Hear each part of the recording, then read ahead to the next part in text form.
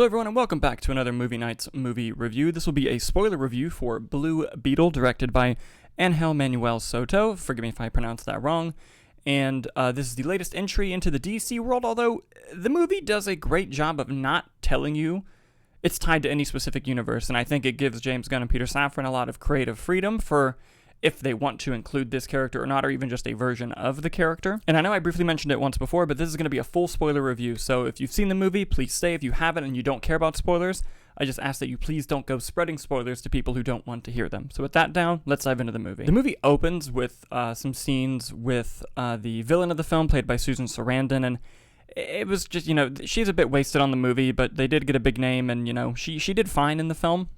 When the movie gets into Jaime Reyes and the Reyes family, that's when the movie shines and stands out the best. Seeing each character dynamic and how each person's different. The chemistry with his sister, I thought that both actors did extremely well, and that relationship was really cemented, especially the relationship with his father as well, and his Uncle Rudy, played by George Lopez. And I love the sequence where Jaime and his sister are working for the same company, and she's like, hey, I want to take a shit in the nice bathroom. Can you watch it for me? I thought that was hilarious. And then you get into the thing that propels the plot forward, where they come into and they meet Jenny Cord. And the actress playing Jenny Cord, I thought that she had the most inconsistent performance to me, and I don't mean any disrespect to the actress. I thought that she had great chemistry with Xolo Mariduena. I'm sorry if I pronounced that name wrong. I thought their chemistry was excellent. And this actress' name, by the way, is Bruna. Marquezine, sorry again if I said that wrong, but I thought their chemistry was great. I thought when they acted together it was great, but her scenes with Susan Sarandon, they just didn't quite work for me. I can't quite put my finger on what it is. It might have just been, the script or whatever it may be. She was a bit inconsistent, but I did like her scenes with the Jaime Reyes character. But Jenny Cord, of course, in this film is the daughter of Ted Cord, who is the original Blue Beetle in the comics. And they go into that, and they dive into that history, which I'll get to later in the review. After she gives him the scarab, the movie kind of goes into the cookie cutter thing we've seen before with a lot of superhero movies, but it's part of the fun and part of the formula, where it's the hero gets their suit and or powers, and then they have a scene where they don't know how to use it, and hijinks occur, and then they have to figure out how to use it, and all that stuff was fine. There was nothing criminally bad about it, but it was familiar. However, when it would get back to the family and the family dynamics, I love when the family kind of bullies Jaime into opening the scarab because he's not supposed to open it. I thought that was really funny, the kind of playful angst to get him to open it. When Jaime ruins Uncle Rudy's truck and he's freaking out outside, I thought that was really funny.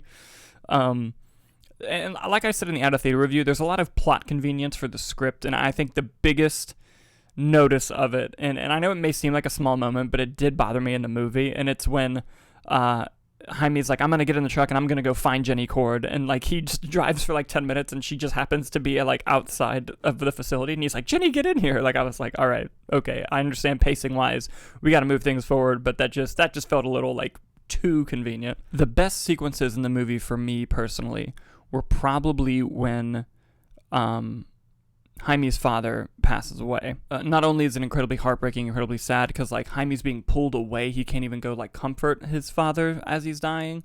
That was really heartbreaking, and one of the best sequence in the movie to me is the family afterwards, and the mother, Jaime's mother, and the wife of Alberto is kind of just there saying we don't have time to mourn right now because Jaime is in trouble, and when we get him, then we can mourn. And it ties off beautifully in that amazing sequence where after Jaime's on the ship and they're all standing together and the mother says, we can cry now. And that was such a good character moment. And I think that through line with the family, again, was the best part of the film. Very reminiscent of Miss Marvel on the Marvel side and that family dynamic and how it was kind of the beating heart of that show. They were the beating heart of this movie. And I will say, the entire film, I wasn't a fan of the Carapax character. And then at the very end, they kind of do his backstory in a montage, and it was heartbreaking as hell. And it made me make me rethink how I felt about the character. And I think upon rewatches, I will like that character more. Although it was kind of very reminiscent of Ironmonger from Iron Man type of character at first. But I thought the end of the movie really did him justice. I was glad that they were able to kind of dive into that. The action scenes in the third act were brilliant. Seeing everything that Jaime was able to do. And look, the scenes with Nana were phenomenal. Which is there's a lot you don't know about me, and she was having a time of her life. I wish it didn't show it in the trailer, but even with all of that being said, there were great moments in the movie that weren't necessarily made for me as the target audience. And that's something else I want to emphasize about the film. This is huge for Latino moviegoers. And when I say that, I was in the theater and there's jokes and references in this film that go completely over my head, but everyone around me who was a part of the Latino community were laughing, cheering, having a great time. And then I kind of had a moment to myself where I was like, oh, I wonder if this is how a lot of the times they feel at other movies, where it kind of goes over their head, but everyone else is having a good time.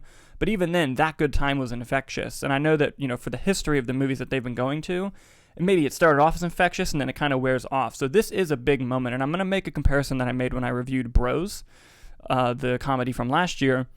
While I thought Bros was a fine movie, the one thing that bothered me about it was that it was just like another stereotypical rom-com. But then I noted in that review, I was like, but I also want to emphasize that the gay community doesn't have a stereotypical rom-com to get those cliches from. So having it be a stereotypical rom-com is also kind of a gift to that community.